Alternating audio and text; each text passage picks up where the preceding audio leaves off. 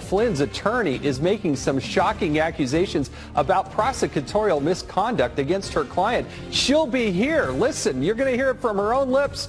And now, next and later, you will not believe what Hillary Clinton said this time. This is an action-packed night. Stick with us. We'll be right back.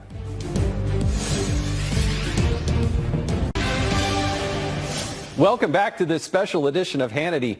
New developments tonight as Andrew McCabe is dropping a lawsuit against the Department of Justice. Clarifying what we reported last block, the lawsuit was over the Freedom of Information Act request for documents in the FBI's investigation of McCabe. We're still investigating how this is related to all the other breaking deep state news this week. And a new bombshell court filing in the Michael Flynn case lays out an even more evidence of the deep state's abuse of power against the former national security advisor.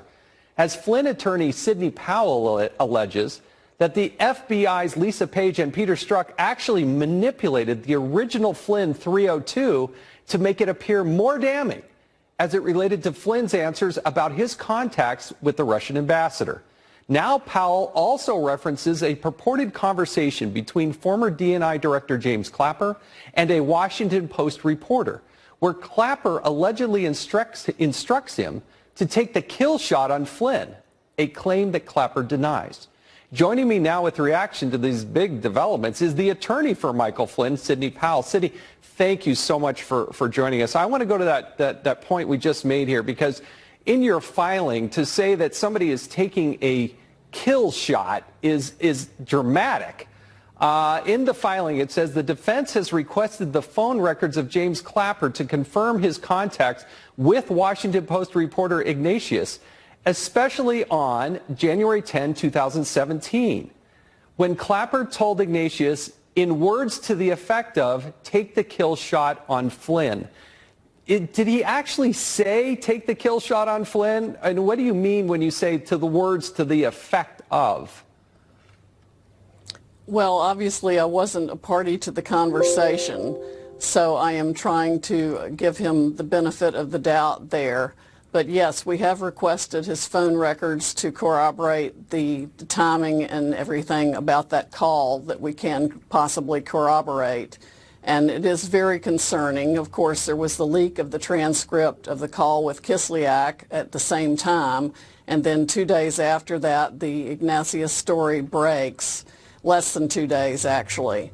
So there are a lot of timing. Sidney, where is the evidence then that conversation and those words or the effect of those words actually took place?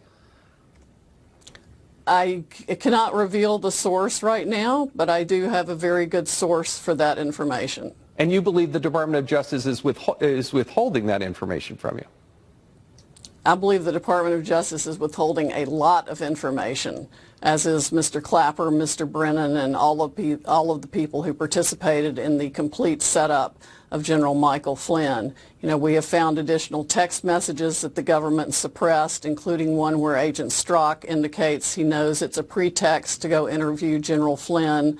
They knew there was no Logan Act violation. They exonerated him completely of being an agent of Russia by the end of January, and yet Mr. Comey still runs to the White House on February 14th and conjures up the entire obstruction of justice narrative against the president when Flynn had been cleared of everything long before that. We also have information that the agents did manipulate the 302. You know, it was long in a, quote, deliberative state, as they called it, which is highly unusual in and of itself. We attached as Exhibit 11 to our document a comparison of the February 10th and February 11th 302s that show the addition of substantial additional claims that were not in there before and are not supported by the notes, which we also attach as exhibits to the document. So people can go to the actual document and read it and see a lot for themselves. It's extremely concerning. It's outrageous government misconduct.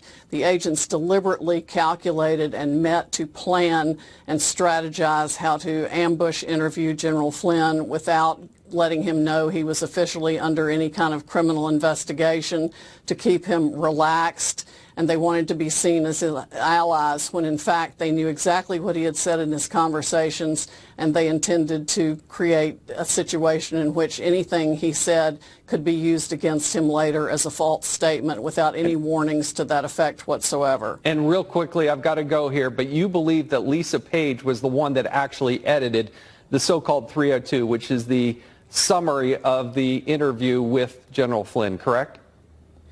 Well, she admitted making some edits of it. I do not know, and we do not know yet until we get the metadata from the FBI who made the major edits to it that night.